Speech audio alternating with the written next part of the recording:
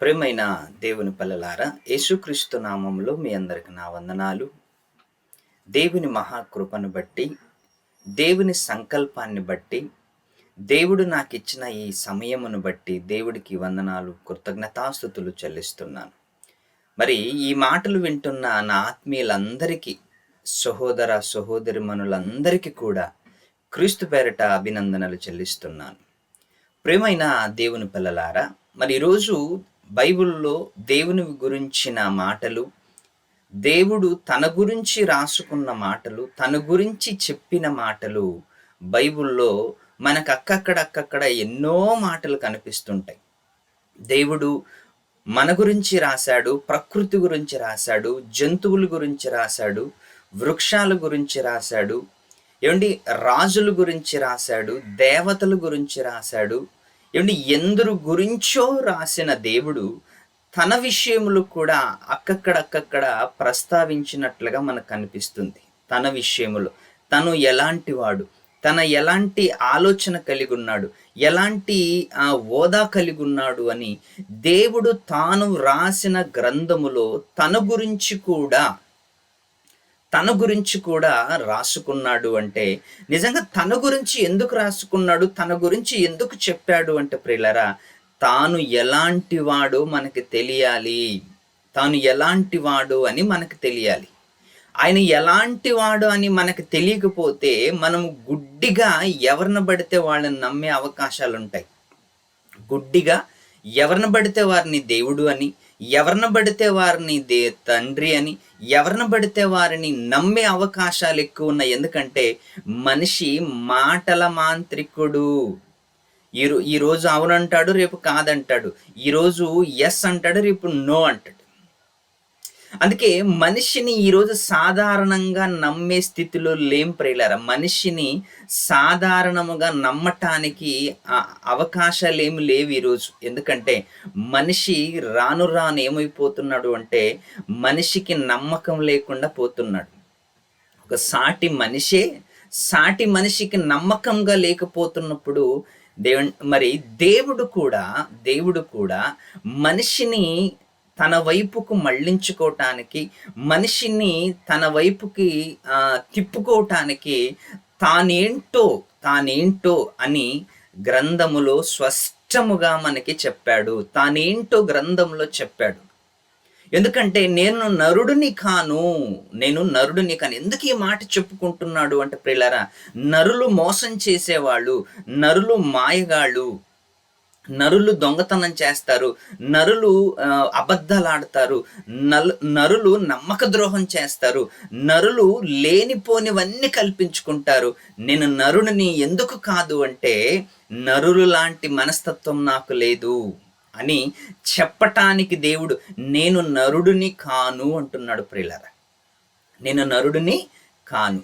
మరి దేవుడు ఎలాంటి వాడు అని గ్రంథంలో మనం ఆలోచిస్తే ఈరోజు మనిషికున్న ఆలోచనలు ప్రియులారా దేవుని వైపుకు వెళ్లకుండా ప్రకృతి వైపు వెళ్ళాయి. మనిషి ఆలోచనలు ప్రకృతి వైపు వెళ్ళిపోయాయి. రోజు మనిషి ప్రకృతిని పరిశోధన చేస్తున్నాడు, రోజు మనిషి ప్రకృతి వైపు పరుగులు తీస్తున్నాడు. కానీ ప్రకృతిని పరుగులు తీస్తున్న, ప్రకృతిని నడిపిస్తున్న, ప్రకృతిని కాపాడుతున్న దేవుని వైపుకు మాత్రము ఏ మనిషి కూడా తొంగి చూడటం లేదు. అందుకే ఈరోజు దేవుడు ఎలాంటి వాడు, ఆయన ఎలా ఉన్నాడు అని కొన్ని విషయాలను బైబిల్లో నుంచి మనం చక్కగా ఆలోచిద్దాం ప్రియులు. ఎందుకంటే దేవుడు ఎలాంటి వాడో తెలిస్తే ఆయన్ని కూడా మనము మనస్ఫూర్తిగా ప్రేమిస్తాం ప్రియులారా. మనస్ఫూర్తిగా ప్రేమిస్తాం. ఎందుకంటే అంత శక్తి కలిగిన వాడు, అంత సామర్థ్యం కలిగిన వాడు, అసాధ్యుడు. ఒక రకంగా చెప్పాలంటే అసాధ్యుడు, ఏదైనా చేయగల సామర్థ్యం కలిగిన దేవుడు. అందుకే అలాంటి దేవుడు నిజంగా మరి ఈ గ్రంథాన్ని మనకిచ్చాడు. ఈ గ్రంథాన్ని మనకిచ్చి ఈ గ్రంథములో తన గురించి కొన్ని విషయాలను ప్రస్తావించాడు. అంటే నిజంగా ఆ ప్రస్తావించిన కొన్ని సందర్భాలు బైబిల్లో చాలా ఉన్నాయి. అంటే బైబిల్‌లో చాలా సందర్భాలున్నాయి.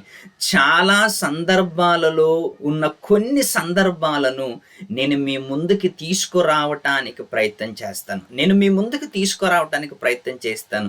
దేవుడు తన గురించి చెప్పుకున్న విషయాలు.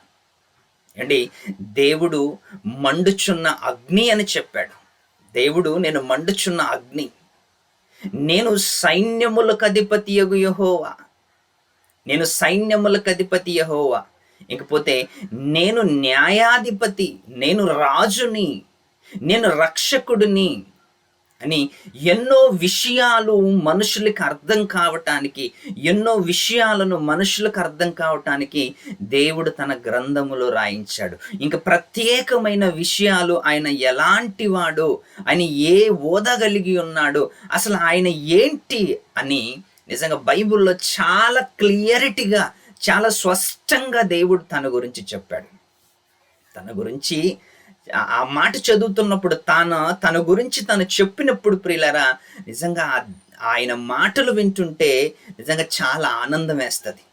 ఒకరోజు ఒక సందర్భంలో ఒక భక్తుడితో దేవుడు మాట్లాడుతూ ఏమంటున్నాడు ఒకసారి బైబిల్ గ్రంథాన్ని మనం చదువుకుందాం. నిర్గమకాండంలో ఒక మంచి మాటని మనం చదువుకోగలిగితే, ఎంత మంచి మాట చదువుకుందాం. 3వ అధ్యాయం, నిర్గమకాండము 3వ అధ్యాయము 14వ వచనంలో ఒక మంచి మాట. మరి మోషే గారు గురించి, మోషేకి దేవుడికి మరి సందర్భము, మోషే గారు దేవుడు మోషే గారితో మాటలు జరుగుతున్నప్పుడు అప్పుడు మోషే చిత్తగించము, నేను ఇశ్రాయేలు దగ్గరకు వెళ్ళి, చూడండి మోషే గారు దేవుడితో మాట్లాడుతున్న మాట. మోషే చిత్తగించము, నేను ఇశ్రాయేలు దగ్గరకు వెళ్ళి వారిని చూసి మీ పితరుల దేవుడు మీ యొద్దకు నన్ను పంపినని వారితో చెప్పగా, వారు ఆయన పేరేమి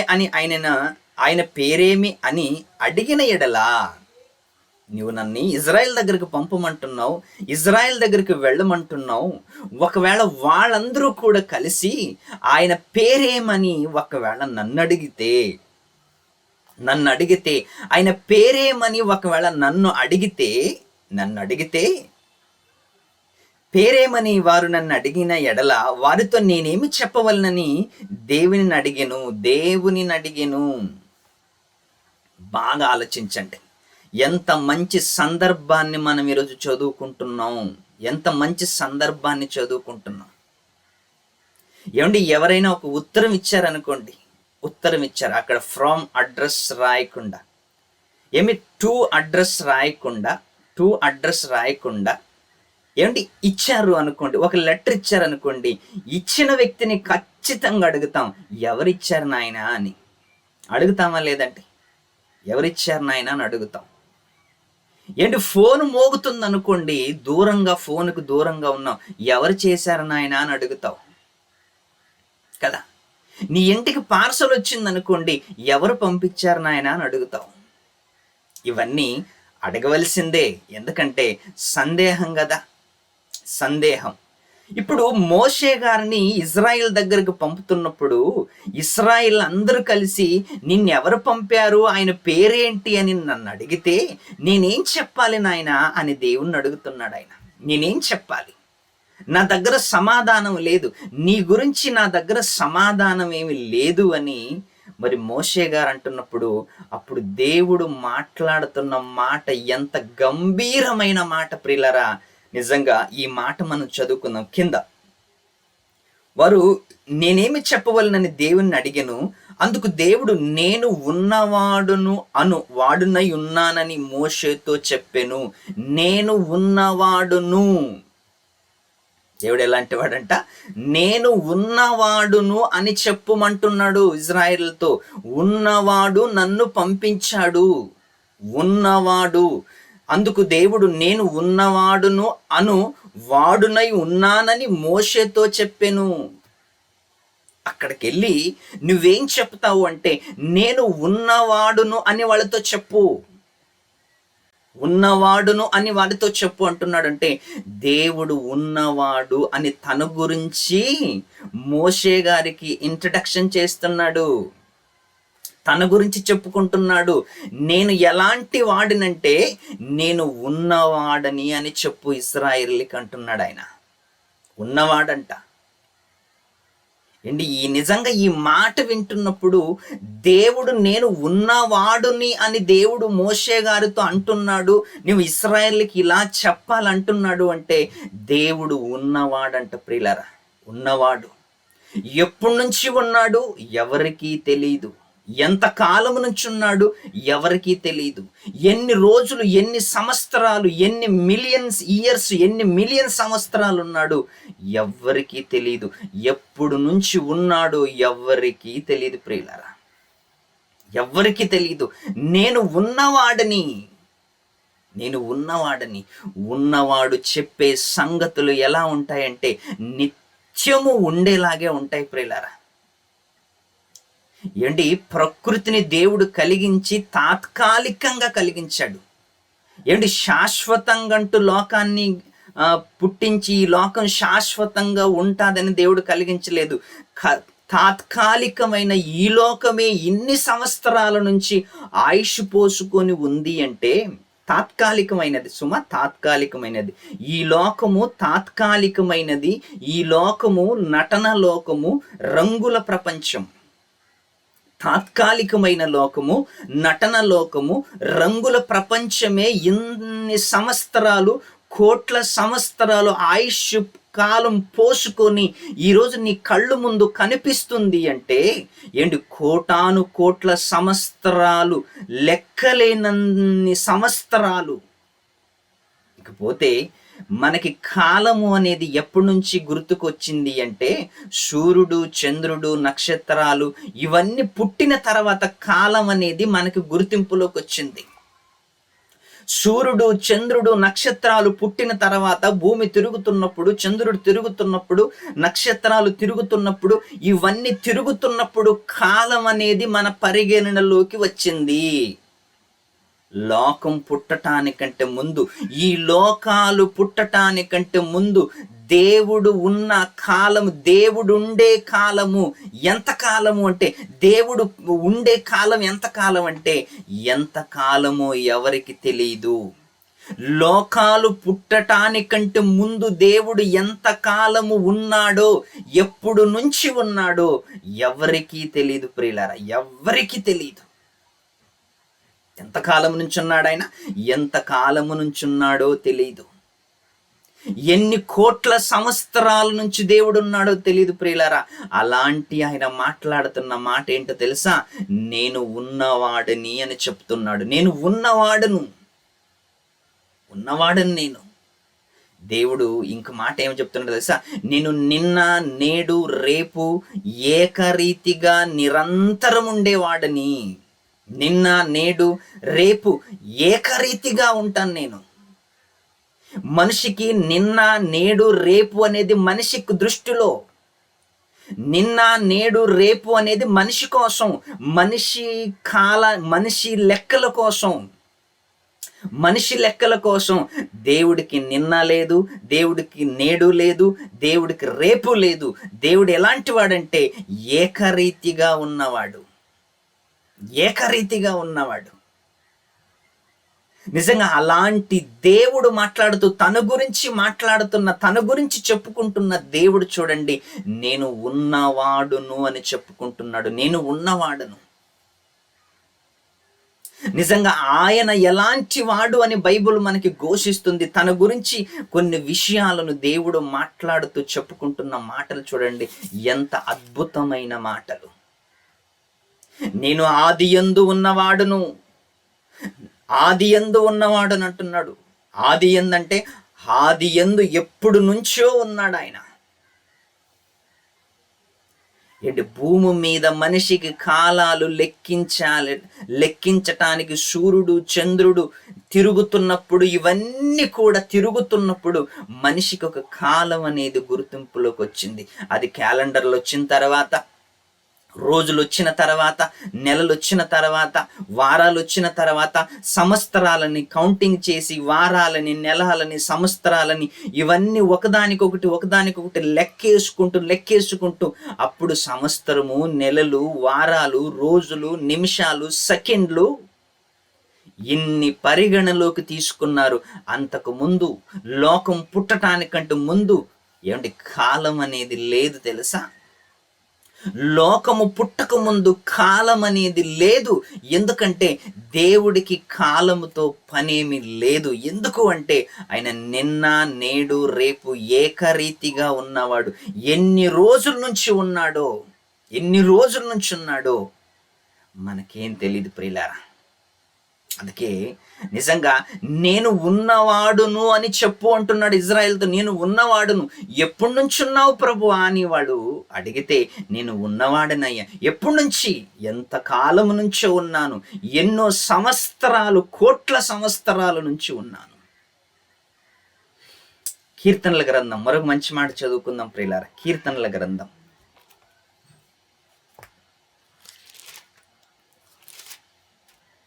కీర్తనల గ్రంథం 90వ అధ్యాయం. నిజంగా దేవుడు ఒక మంచి మాటని గ్రంథములో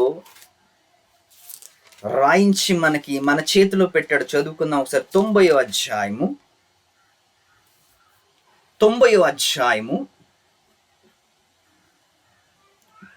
4వ వచనం చూడండి. దేవుడు మాట్లాడుతున్న, మోషే గారి ద్వారా మాట్లాడుతున్న మాటలు కానివ్వండి, లేకపోతే మోషే గారు మాట్లాడుతున్న మాటలు చూడండి.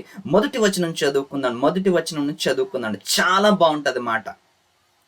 ప్రభువా, తరతరముల నుండి మాకు నివాస స్థలము నీవే.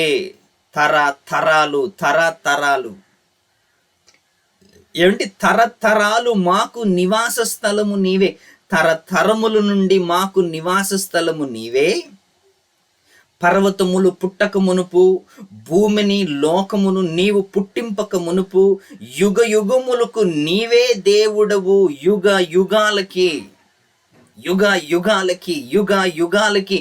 నీవే దేవుడువు అంటున్నాడు. యుగ యుగాలకి నీవే దేవుడువు. చూసారా? మోషే గారి మాటల్లో భావాన్ని ఆలోచించండి.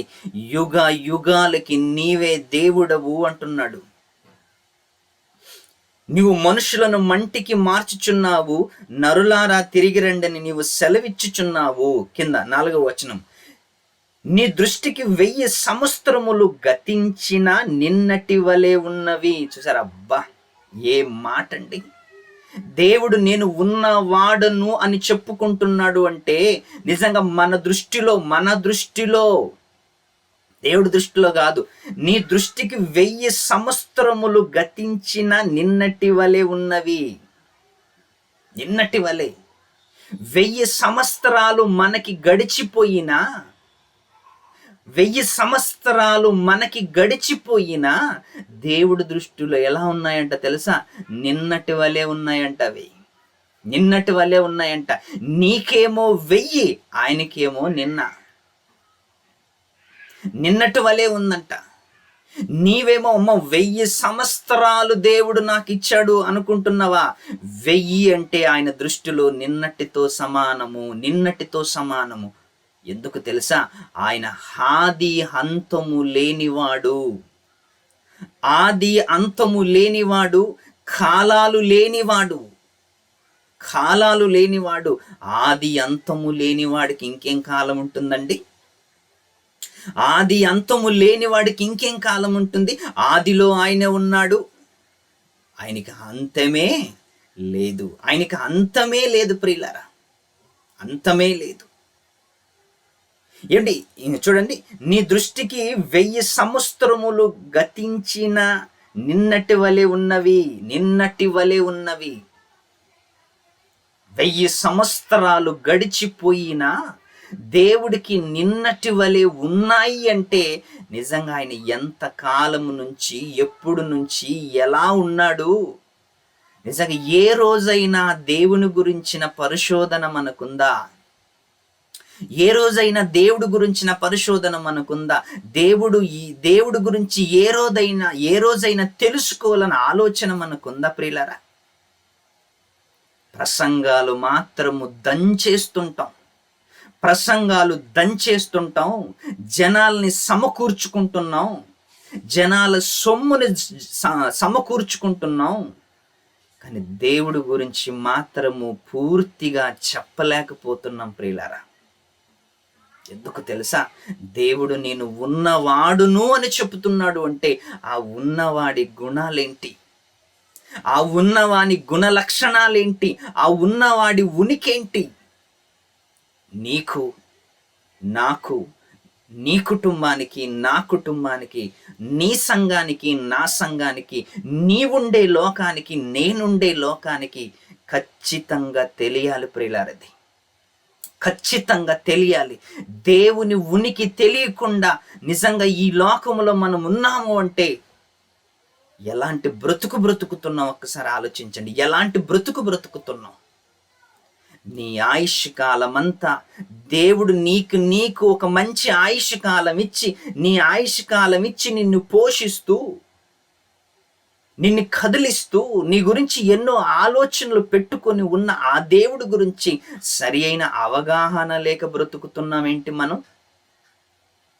నిన్ను నన్ను లోకానికి పంపించిన ఆయన గురించి సరి అయిన అవగాహన లేక ఉన్నాము అంటే నిజంగా ఎప్పుడు ఆయన గురించి తెలుసుకునేది చచ్చిపోయాక దేవుడి గురించి తెలుసుకోవలసిన అవసరత ఏమీ లేదు ప్రియులారా.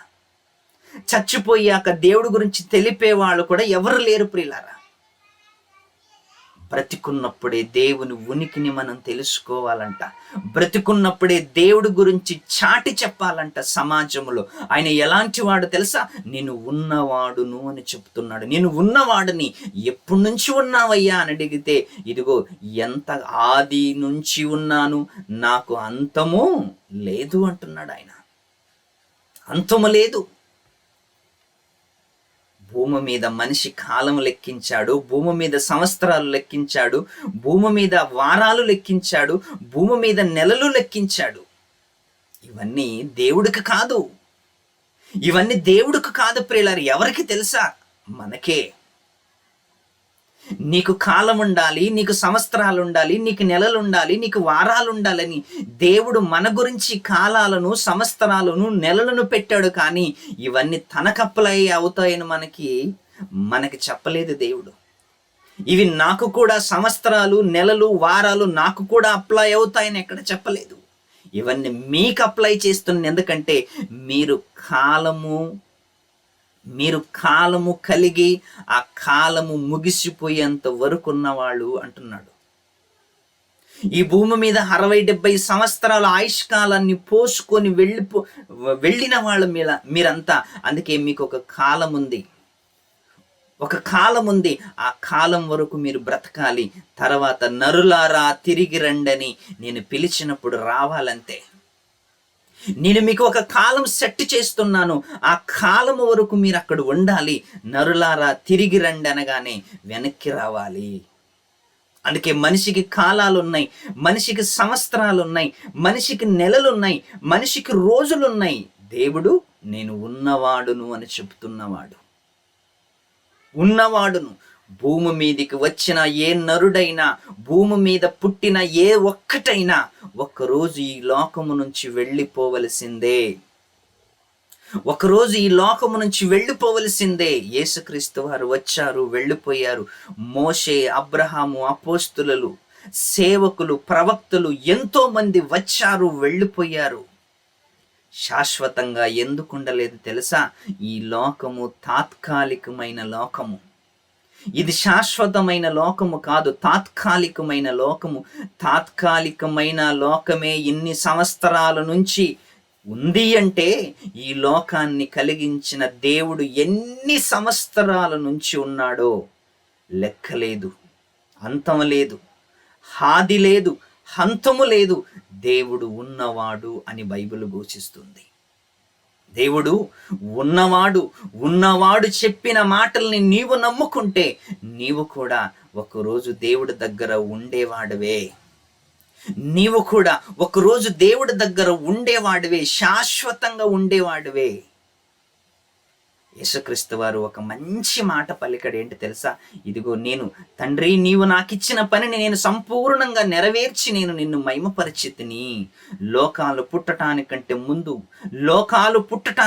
ముందు నీ దగ్గర నాకు ఏ మహిమ ఉండెనో, నీ దగ్గర నాకు ఎలాంటి స్థానం ఉండెనో, లోకాలు పుట్టటానికంటే ముందు నీ దగ్గర నాకు ఏ హోదా ఉండెనో, ఆ హోదా, ఆ స్థానము నాకు ఇచ్చేయి నాయన అంటున్నాడు దేవుడు. దేవుడితో యేసుక్రీస్తు నాకు ఇచ్చేయి నాయన అంటున్నాడు ప్రియులారా. చూసారా? యేసుక్రీస్తు వారికి తెలిసి ఏంటంటే ఈ లోకము తాత్కాలికమైనది. మేడలు, భవంతులు, డబ్బు, హోదా సమస్తము సంపాదించుకుంటే ఈ లోకములో ఒకరోజు అన్ని విడిచిపెట్టి వెళ్ళిపోవాలని యేసుక్రీస్తుకి తెలిసి ఏమి సంపాదించుకోకుండా, ఏమి కట్టుకోకుండా, ఏమి నిలబెట్టుకోకుండా దేవునిలో అపోస్తలను నిలబెట్టి వెళ్ళిపోయాడు. సత్యములో అపోస్తలను నిలబెట్టి వెళ్ళిపోయాడు. నీవు నేను బ్రతికున్నంత కాలం కూడా మనం చేయవలసింది కూడా అదే పని ప్రియులారా. నలుగురిని దేవునిలో నిలబెడదాం, నలుగురిని దేవుని సేవలో నిలబెడదాం, నలుగురిని దేవుని సేవలోకి పంపించి ఆనందిద్దాం ప్రియులారా. అంతకంటే ఆనందం ఇంకేమీ లేదు. దేవుడు ఎలాంటి వాడు? ఉన్నవాడు చెప్పిన సంగతులను నీవు ఒకవేళ మనస్ఫూర్తిగా స్వీకరిస్తే నీవు కూడా ఒకరోజు దేవుడితో ఉండేవాడివే అని కోరుకుంటూ ఈ సమయాన్ని ముగిస్తూ సెలవు తీసుకుంటాం. Thank you very much.